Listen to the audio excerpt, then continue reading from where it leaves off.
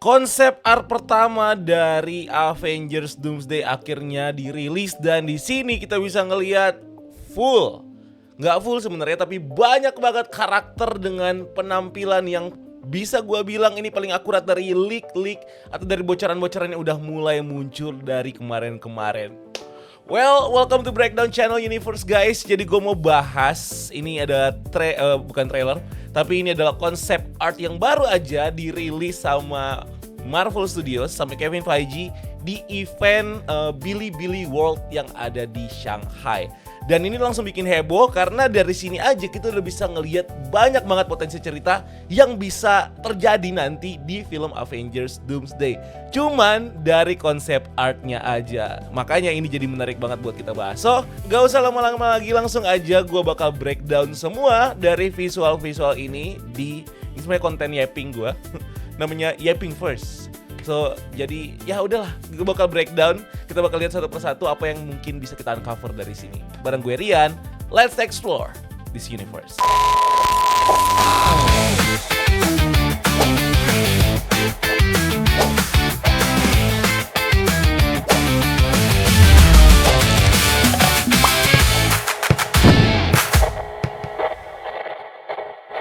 Avengers Doomsday. Memang belum ada trailernya, tapi kebetulan kita nih dapat good news di mana Kevin Feige itu datang ke Shanghai ke acara Bilibili World Shanghai. Ini adalah salah satu festival ACG, terus ada anime, komik, game terbesar di Asia. Yang katanya pengunjungnya tuh nyampe 400.000 pengunjung setiap tahun.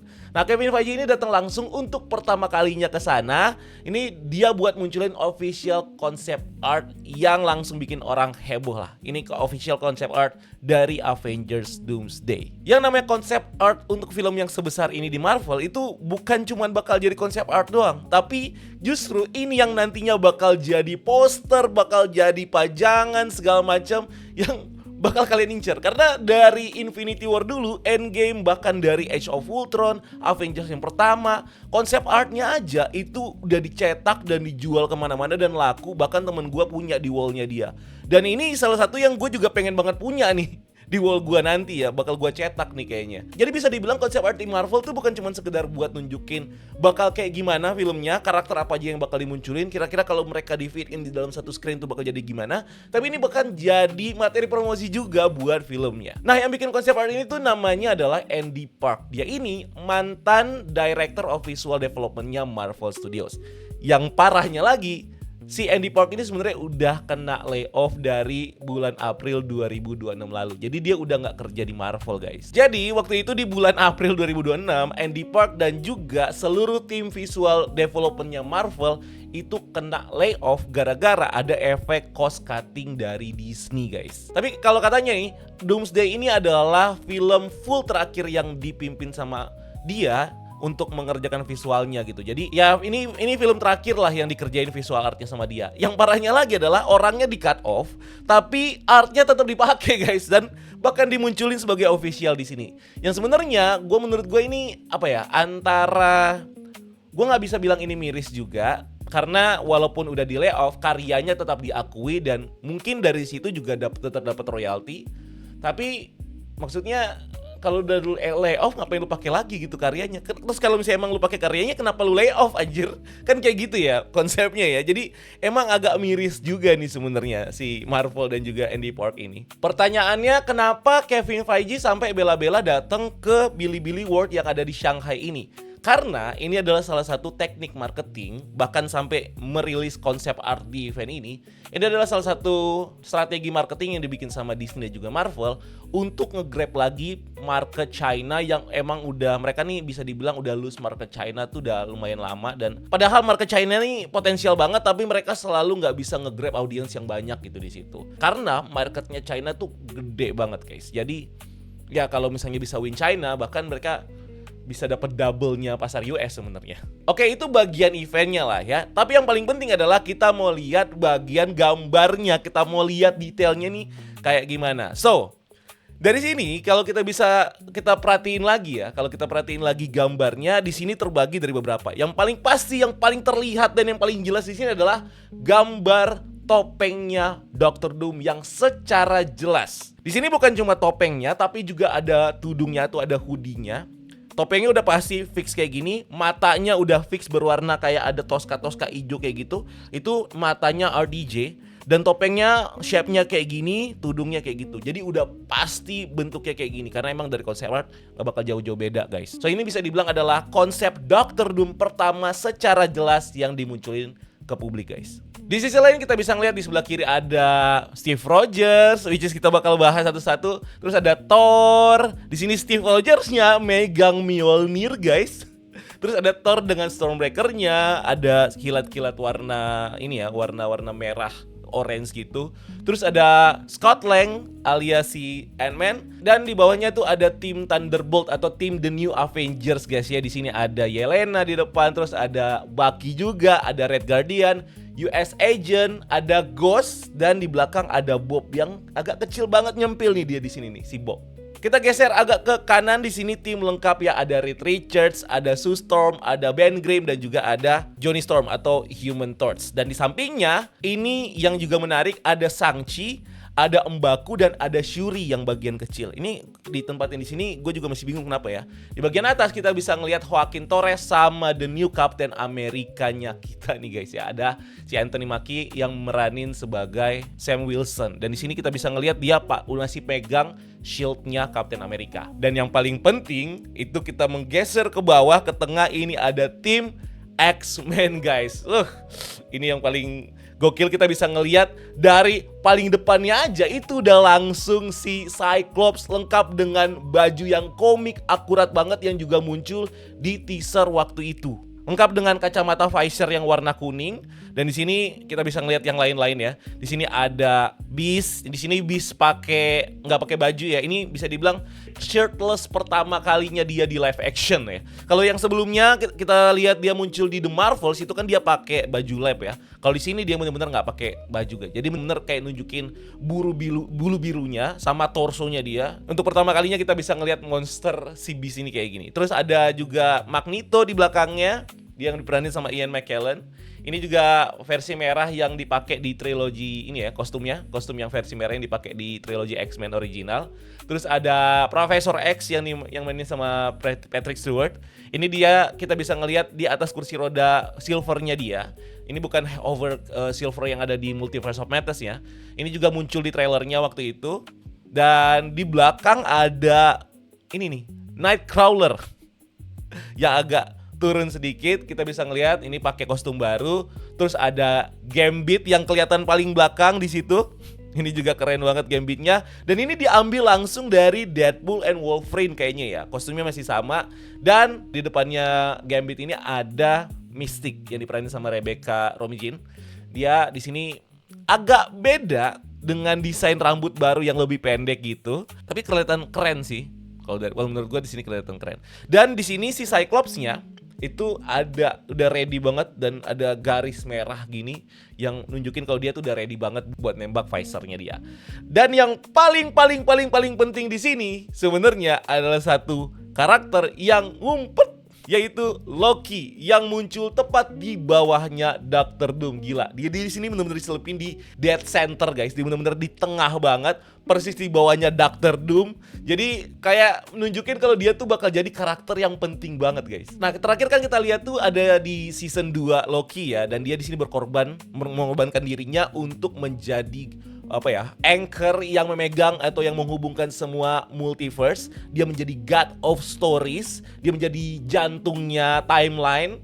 Pokoknya semua yang berhubungan dengan multiverse dan timeline itu ada di genggamannya dia. Makanya dia di sini lumayan menjadi center dari segala macam yang akan terjadi, karena konflik yang akan terjadi di sini tentunya adalah tentang multiverse, dan nggak mungkin kalau nggak berhubungan sama Loki sebenarnya. So dari sini kita udah langsung bisa berasumsi kalau Loki ini bakal jadi penghubung dari semua realitas yang ada, dan yang bakal diincar pertama kali yaitu si Loki ini sama si Dr. Doom. Jadi Dr. Doom pasti bakal cari, kalau gue mau menguasai multiverse atau gue mau bikin sesuatu untuk mengamankan multiverse gue akan cari satu orang yang punya pengaruh paling penting di multiverse, yaitu Loki. Makanya dia ini ditempatin tepat di bawahnya si Dr. Doom. Entah nantinya dia bakal mati di awal, yang which is akan menimbulkan banyak kekacauan, atau justru dia adalah peran kunci dari semua yang akan terjadi bareng sama Dr. Doom. Pokoknya itu masih teori dan asumsi guys.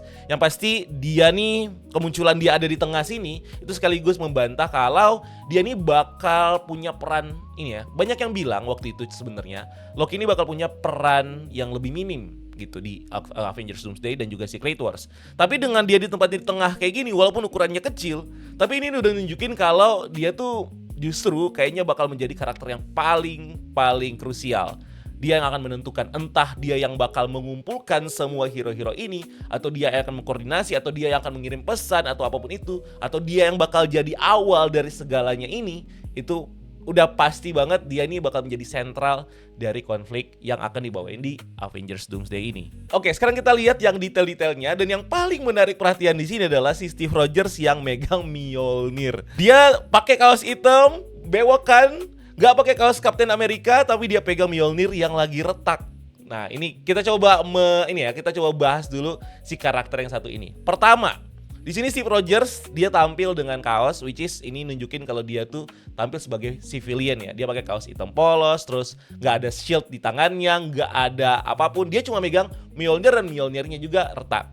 Nah, kita juga bisa ngelihat shieldnya dia dipakai di gambar sebelahnya itu sama Anthony Mackie sebagai Captain America yang baru, atau si Sam Wilson, yang artinya si mental Captain America ini itu nggak bakal balik lagi ke Steve Rogers. Captain America tetap dipegang sama Sam Wilson. Nah, si Steve Rogers ini bakal baliknya sebagai dirinya sendiri. Terus kita juga bisa ngelihat di sampingnya si Steve Rogers ini itu ada Thor yang lagi megang Stormbreaker. Jadi udah jelas banget kalau senjatanya Thor ini dibagi dua. Si Thor senjata utamanya dia bakal pegang Stormbreaker, dan si Steve dikasih Mjolnir. Tapi pertanyaan yang paling besar yang muncul di gua adalah kenapa Mjolnirnya ini itu retak? Beda banget sama Mjolnir yang coba dikembaliin sama si Steve Rogers di ending Avengers Endgame. Dan kita juga tahu kalau Mjolnir yang ada di Avengers Endgame itu dibawa sama Steve Rogers buat dibalikin, bukan buat dipakai sama dia. Dia bakal balikin si Mjolnir ini sekaligus balikin Infinity Stones ya. Jadi setelah dia kelar ngebalikin semuanya ini, dia nggak punya senjata. Nah, tiba-tiba kita ngelihat dia di sini pegang Mjolnir, dan Mjolnirnya beda dari yang dia pegang sebelumnya. Di sini Mjolnirnya retak. Terakhir kita ngelihat Mjolnir tuh adanya di film Thor Love and Thunder. Mjolnirnya ini sempat hancur, akhirnya menyatu lagi dan memilih Jane Foster untuk menjadi Mighty Thor di situ. Makanya si Mjolnir ini walaupun dia udah pecah dan udah dipajang di New Asgard, itu balik lagi ke Jane Foster dan memilih Jane Foster untuk menjadi Thor yang baru. Mjolnir ini akhirnya dipakai buat ngancurin pedangnya si Gore the God Butcher, dan akhirnya setelah si Jane Foster mati, si Mjolnir ini tetap dipegang sama Thor, dan bahkan dia sempat digambar-gambar juga sama Love, anaknya si Gore. Nah, gimana ceritanya si Mjolnir ini bisa sampai ke si Steve Rogers? Kalau kita ngelihat karakteristiknya si Mjolnir ini di Thor Love and Thunder, Mjolnir itu bisa datang sendiri kayak nyamperin si Jane Foster. Mungkin si Mjolnir ini nyamperin si Steve Rogers sendiri tanpa diketahui sama si Thor. Atau mungkin Thor ngelihat, loh kok tiba-tiba si Mjolnir ini tiba-tiba naik dan terbang sendiri gitu, dan dia nggak tahu itu kemana. Dan kemananya itu akhirnya pergi ke si Steve Rogers ini. Atau bisa juga si Thor sendiri yang memberikan si Mjolnir ini ke si Steve Rogers, karena dia tahu Steve Rogers ini adalah orang yang paling worthy yang bisa memegang Mjolnir ini. Atau ada banyak kemungkinan yang lainnya. Yang pasti kita tahu dari sini kalau Mjolnir yang dipegang sama Steve Rogers ini adalah Mjolnir dari masa sekarang atau masa depan. Jadi bukan Mjolnir yang seperti yang ada di Avengers Endgame. Nah, di bagian kiri ini kalau kita ngelihat di sini juga ada Scott Lang dan juga tim The New Avengers.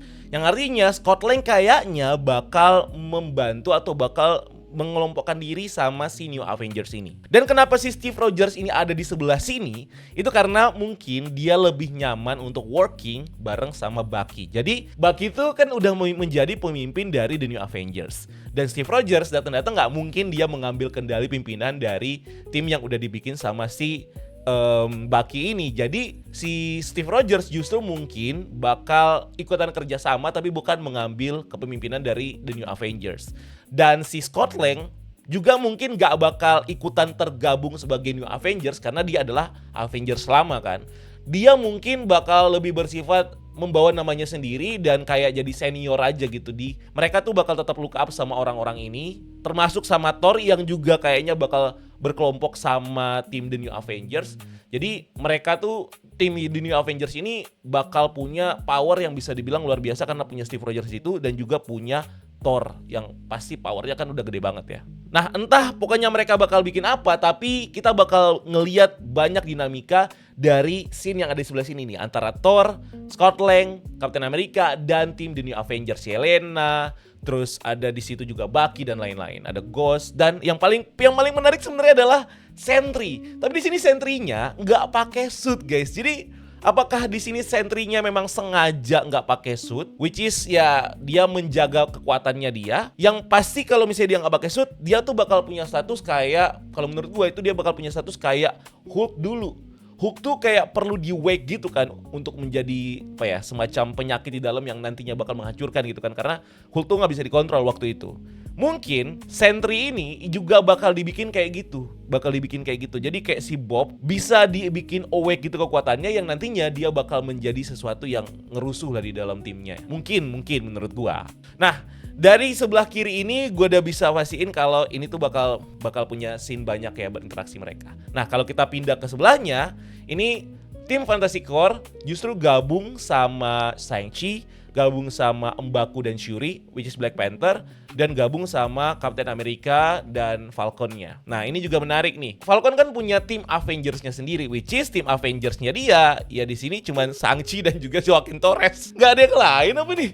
Kesian banget ya dia ya. Mungkin Ant-Man tadinya tergabung sama ini kali ya. Tapi kan si Anthony Mackie sama si Sam Wilson ini kan memang rada-rada gimana ya sama si Ant-Man. Tapi mungkin di sini timnya yang berhasil dia kumpulkan ya ini Shang-Chi, M'Baku dan juga Shuri. Dan itu juga sebenarnya udah kuat banget gitu kan. Ditambah juga gabungan sama Fantastic Four. Nah, kalau kita lihat di teaser yang kemarin yang nunjukin si Shuri dan juga ada Namor di situ, itu kan yang ngejemput juga ada si Ben Grimm kan. Nah, di sini udah semakin mengkonfirm lagi kalau mereka tuh bakal punya banyak interaksi antara Fantastic Four, Shang-Chi, Shuri, M'Baku dan juga Captain America and the Falcon-nya yang baru ya. Jadi ya ini kelompok yang sendiri yang mungkin bakal memisahkan diri atau bakal terpisah lah misinya. So ini dua kelompok yang berbeda. Baru kita masuk ke kelompok yang ketiga, which is kelompok yang ada di bawah, kelompok X-Men. Dan ini yang paling menarik sebenarnya guys. Nah, universe-nya udah pasti berbeda. Kita juga udah ngeliat di mana di teaser yang sebelumnya si Cyclops ngeluarin visor-nya dia. Di situ juga ada Sentinel ya. Jadi akan ada chaos dan banyak teori atau dari breakdown gue juga gue bilang kalau mereka tuh bakal dibawa ke universe utama dulu dan di situ mereka akan ketemu sama hero-hero yang lain. Tapi tetap X-Men ini bakal memisahkan diri atau bakal punya misi sendiri lah. So makanya dia ada di kelompok bawah. So dari sini kita bisa ngelihat kalau ada 3 kelompok yang terbagi dan semuanya disatukan sama satu sosok, Dr. Doom dan Loki guys. Nah sayangnya walaupun dari konsep artnya udah keren, kita bisa ngelihat ada banyak sekali karakter yang gak muncul di sini. Yang pertama yang pasti dari segi mutant adalah mutant yang paling keren dan yang paling harusnya menjadi money maker-nya mereka, yaitu Wolverine dan Deadpool. Di sini Wolverine sendiri aja nggak ada, apalagi Deadpool gitu ya.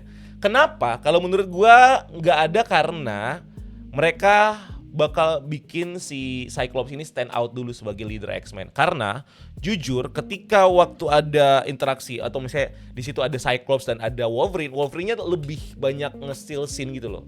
Jadi orang jadi memandang si Cyclops ini sebagai orang kedua aja gitu. Atau bahkan sometimes kita ngelihat dia sebagai saingan yang kayak kita, udahlah mendingan si Jean Grey sama si Wolverine aja. Waktu itu kan kalau kita nonton X-Men ya. Jadi ketika kita remove Wolverine-nya, kita akan lebih ngelihat si Cyclops-nya ini lebih stand out sebagai leader. Apalagi bener-bener dia tuh adalah leadernya X-Men. So itulah kenapa mungkin si Wolverine ini nggak diangkat atau nggak diajak di sini. Apalagi Deadpool. Terus kita juga nggak bisa ngelihat Spider-Man di sini. Bahkan ada rumor yang bilang kalau di sini bakal ada Spider-Man bukan cuma Tom Holland, bakal ada Spider-Man Tobey Maguire dan ada Spider-Man Andrew Garfield juga. Di sini jangankan satu, nggak ada sama sekali nih Spider-Man-nya ya. Entah apakah ini bakal nggak ada sama sekali atau mungkin diumpetin. Tapi menurut gua dan beberapa laporan yang gua baca juga bilang kalau kayaknya Spidey ini nggak bakal ada di film ini. Tapi justru dia bakal disiapin di film yang lainnya. Dan jawabannya kenapa? Itu akan terjadi nanti di Spider-Man Brand New Day. Terus di sini juga nggak ada Doctor Strange, which is ada hubungannya sama multiverse, masa Doctor Strange gak ada ya? Itu yang juga agak aneh sebenarnya. Terus di sini yang udah di cast tapi nggak muncul adalah Namor. Namor di sini nggak ada. Mungkin Namor nggak ikutan banget atau nggak tergabung dari manapun. Dia nggak mau nggak mau digabungin atau nggak mau berkelompok sama siapapun. Dia mau sendiri aja. Mungkin kayak gitu. Terus juga nggak ada Hulk guys. Walaupun Hulk kita udah tahu dia bakal muncul di Brand New Day, tapi kayaknya agak aneh kalau Hulknya tuh muncul di Brand New Day tapi nggak ada di sini. Nah, Hulknya di sini juga nggak ada. Apalagi karakter-karakter yang lain kayak Scarlet Witch otomatis nggak ada ya, udah meninggal. Dan yang paling bikin gue mikir adalah Storm. Kesian banget. Storm harusnya ada coy di sini. Cuman sayangnya gue nggak tahu lah kenapa nggak dibawa ya Stormnya ya. Nah dari sini gue tuh udah ngelihat beberapa fan teori yang lagi dibahas di mana-mana. Terutama setelah muncul scene ini, banyak yang mengkonfirmasi lagi leak yang keluar waktu itu guys. Jadi waktu itu udah ada leak yang keluar atau klip yang keluar 72 detik yang dimana kita udah ngelihat, gue juga udah ngelihat guys, di situ ada si Steve Rogers yang pakai kaos hitam juga, itu bener-bener sama banget. Dari situ terus ada si Reed juga yang pakai jaket putih, terus ada si masknya Doctor Doom, yang artinya kalau kita bandingin si klip itu sama si konsep art ini, itu udah langsung mengkonfirmasi kalau klip yang keluar waktu itu AI bukan apa, tapi itu klip official guys. So kita ngelihat tuh yang dibikin Burem itu bagian dari marketing, mungkin bagian dari marketing gitu. Itu juga nyambung sama plot leak yang muncul di bulan Februari, dimana yang gue inget dari leak itu adalah yang pertama-tama yang bakal dihancurkan adalah universe-nya Spider-Man. Nah itu mungkin nanti kita bahas di lain waktu, tapi katanya ini juga nyambung sama leak-nya gitu. Gue suka ada satu teori yang bilang kalau ini Steve Rogers tuh ternyata dari leak itu juga itu datang dari dari universe-nya Fantastic Four. Jadi si Steve Rogers ini dia tuh kan balik ke masa lalu dan dia hidup happily ever after lah sama si Peggy Carter. Nah mereka ternyata itu adanya di universe Fantastic Four, bukan di universe 616, karena jelas berbeda universe ya. Jadi intinya adalah mereka tahu di universe itu ada Fantastic Four dan ya udah Steve Rogers nggak perlu jadi superhero dan ya udah dia happily ever after aja gitu, pensiun sebagai keluarga gitu kan, sampai akhirnya anaknya ini datang. Dan kalau kita sambungin sama teori, kalau si anaknya Steve Rogers ini bakal diculik, ya itulah kenapa sih Steve Rogers ini akhirnya dia muncul dan dia take action karena dia mau datang untuk menyelamatkan anaknya. Tapi ada lagi pertanyaannya, ini sebenarnya Steve yang sama yang kita lihat tua di Avengers Endgame, atau ini adalah Steve yang berbeda yang datang dari universe lain? Jadi variannya Steve Rogers. Ini yang sebenarnya menarik buat dikulik lagi dan buat dibahas. Apakah ini varian baru atau apakah ini Steve yang sama? Well, kita nggak tahu, tapi gue mau tahu pendapat kalian. Menurut kalian ini Steve yang mana? Karena kalau ini Steve yang nantinya bakal jadi tua, which is kita kan nggak tahu kan apa outcomes dari semua perang Doomsday dan juga Secret Wars ini gitu kan. Kalau ternyata Steve Rogers itu sampai akhirnya berakhir tua dan bahagia, artinya dia tuh nggak bakal kenapa-napa dan universe bakal selamat karena at the end dia jadi tua gitu kan. So nggak ada masalah sama itu. Artinya udah ketebak banget dong ya ceritanya ya. Tapi yang menarik kalau ternyata si Steve Rogers ini tuh bukan Steve Rogers yang sama, tapi Steve Rogers yang berbeda yang justru diambil dari universe yang lainnya. Nah mungkin kalau kita pakai konsep ini ya, Branch Timeline, si Steve Rogers ini yang ketika dia kawin sama si Peggy dan ada beberapa titik yang lainnya setelah itu membentuk berbagai macam branch timeline dan jadi ada banyak dong Steve Rogers dengan cerita yang sama, dimana cerita awalnya dia ini dari 616 akhirnya pindah ke masa lalu, nikah sama Peggy Carter, punya anak, dan akhirnya muncul ada banyak banget timeline pecahan dari situ gitu kan. Basic ceritanya sama, yang ujung-ujungnya yang mungkin berbeda gitu kan, jadi varian.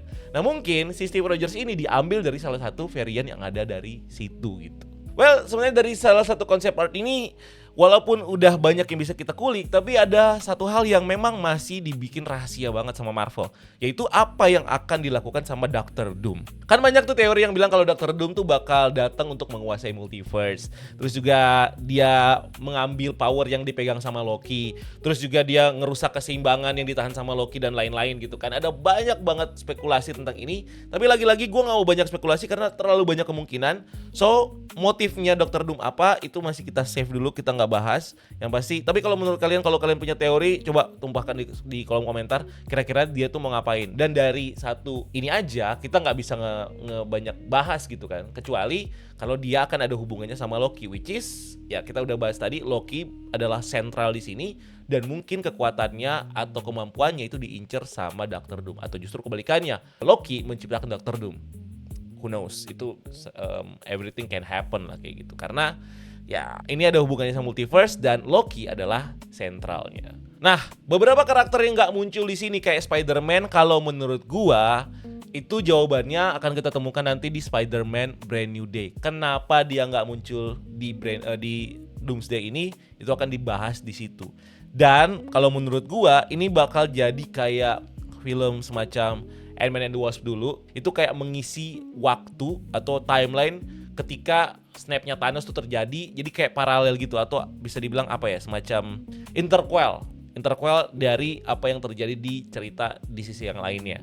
Jadi mungkin si Brand New Day ini bakal punya fungsi kayak interquel atau bakal jalan selaras sama ini Doomsday. Jadi kejadian Doomsday udah kejadian di multiverse, si Spider-Man di universe utama yang terjadi ya yang bakal dia jalani nanti, yang nantinya mungkin bakal connected juga. So misterinya bakal terjawab nanti di after credit Spider-Man Brand New Day tentunya. Nah, karakter kayak Spider-Man, Wolverine, dan karakter-karakter major lainnya menurut gua justru nggak perlu banget dimunculin di Doomsday. Justru disimpan aja buat nanti di Secret Wars. Apalagi Secret Wars ini kalau kita lihat dari komik yang jadul, itu ada si Spider-Man dengan suit hitamnya gitu kan. Dan di sini di trailer Spider-Man kemarin juga kita udah ngelihat ada tanda-tanda kalau ada yang merasuki si Peter Parker gitu kan. Which is gue curiga itu adalah si symbiote yang ketinggalan atau bisa yang lainnya juga.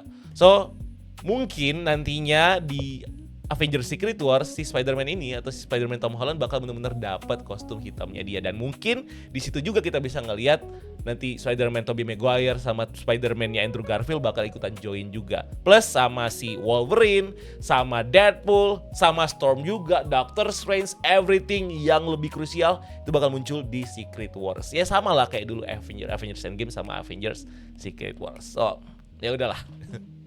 Kurang lebih itu yang mungkin bisa gue bahas dari satu klip ini. Ini pun udah kepanjangan banget ya ping gue.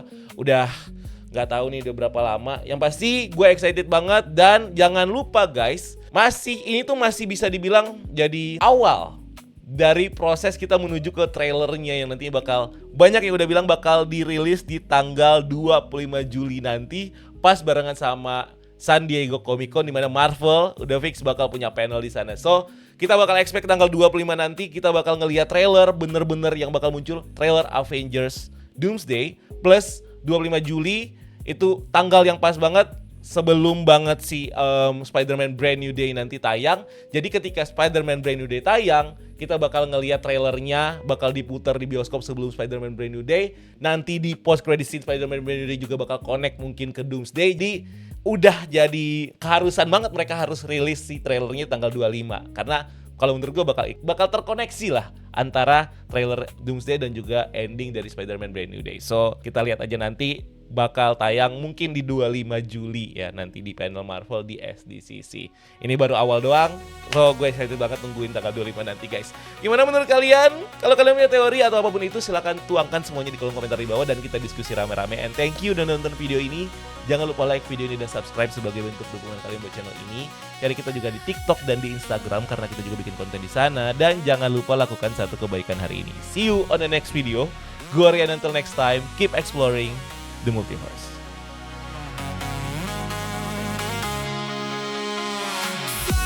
Fly, fly, I'll take you